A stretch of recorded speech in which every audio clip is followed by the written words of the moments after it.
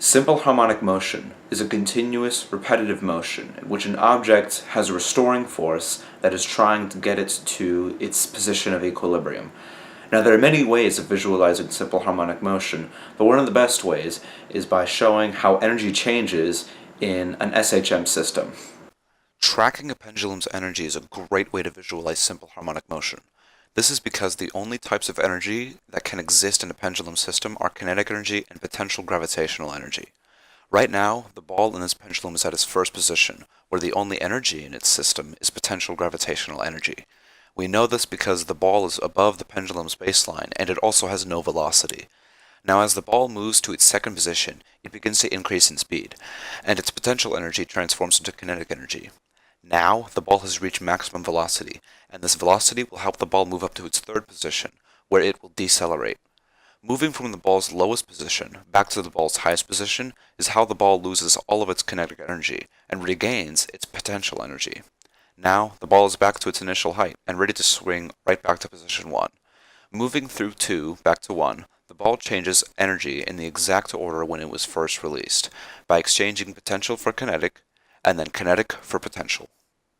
The graph for total energy in an SHM system looks like this, and first thing that comes to mind is, that's a wave.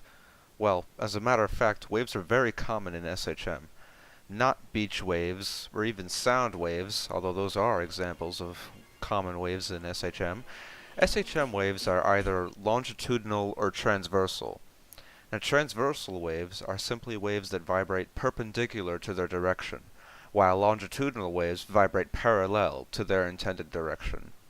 Standing waves are very interesting, because with a standing wave you can actually see the oscillatory motion of simple harmonic motion. A standing wave must always have at a minimum one antinode and two nodes.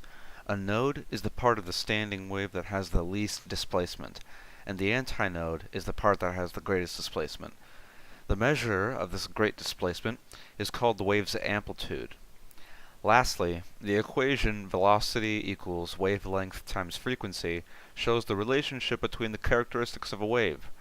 Velocity is directly proportional to both wavelength and frequency, but wavelength and frequency are inversely proportional to one another. As a result, as one increases, the other decreases. Simple harmonic motion is a constant repetitive motion in which an object is eternally trying to return to its equilibrium. This oscillatory motion can be seen as transversal or longitudinal waves, and sometimes as standing waves. The equation for waves shows us that wavelength and frequency are inversely proportional to one another. Thank you, and have a nice day.